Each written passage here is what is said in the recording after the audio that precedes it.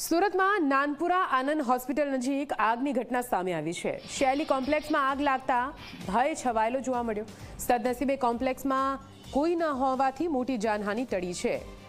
Fire બ્રિગેડની ટીમને જાણ કરાતા ફાયર બ્રિગેડના જવાનો ઘટના સ્થળે પહોંચ્યા હતા અને આગ પર કાબુ મેળવી લેવામાં આવ્યો છે। જો કે આગમાં લાખો રૂપિયાનો સામાન બળીને ખાખ થયો હોવાની વિગતો છે।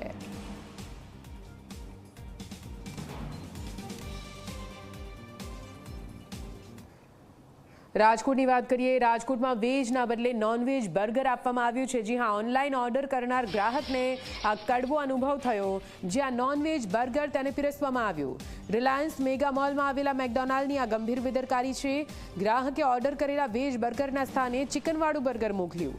ગત રવિવારે કેવલ વિરાણી નામના યુવકે પોતાના પરિવાર માટે સ્વિગી ડિલિવરી એપ મારફતે મેકડોનાલ્ડ્સમાંથી 6 વેજ બર્ગર મંગાવ્યા હતા। 6માંથી 4 બર્ગર વેજ જ્યારે 2 નોનવેજ નીકળ્યા। પરિવારના એક સભ્યએ ભૂલથી નોનવેજ બર્ગર ખાઈ પણ લીધું। ગ્રાહકે કન્ઝ્યુમર કોર્ટમાં કેસ દાખલ કરવાની પ્રક્રિયા હાથ ધરી છે। વધુ માહિતી સાથે સંવાદદાતા ગૌરવ જોડાઈ ગયા છે ફોનલાઈન પર। ગૌરવ, આ સમગ્ર મામલો શું રહ્યો જ્યાં વેજના બદલે નોનવેજ ભોજન પીરસવામાં આવ્યું છે?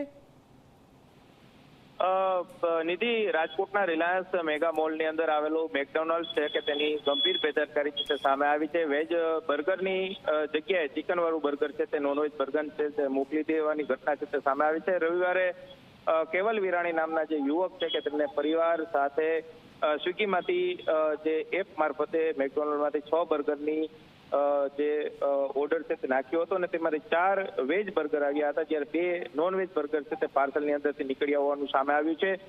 ભૂલથી એક જે નોનવેજ બર્ગર છે તે પરિવારના વ્યક્તિએ ખાઈ લીધા હોવાનું પણ સામે આવી રહ્યું છે। મેકડોનાલ્ડના જે કહી શકાય કે જે સંચાલકો છે તેમને આ ભૂલ છે તે સ્વીકારી છે અને ખાસ કરીને વેચાણ જળમાં પાડતા આ જે પરિવાર છે કે તેમને લાગણી છે તે દુભાઈ હોવાની વાત છે તે સામે આવી રહી છે। ભોગ બનનાર જે ગ્રાહક છે તેમના દ્વારા કન્ઝ્યુમર કોર્ટની અંદર કેસ દાખલ કરવાની પ્રક્રિયા છે તે હાથ ધરવામાં આવી છે। અજયસિંહ ચૌહાણ નામના તેમના વકીલ છે કે તેમના દ્વારા તેમને આ પ્રક્રિયા છે તે હાથ ધરી। જી બિલકુલ, આભાર પૂરી માહિતી માટે।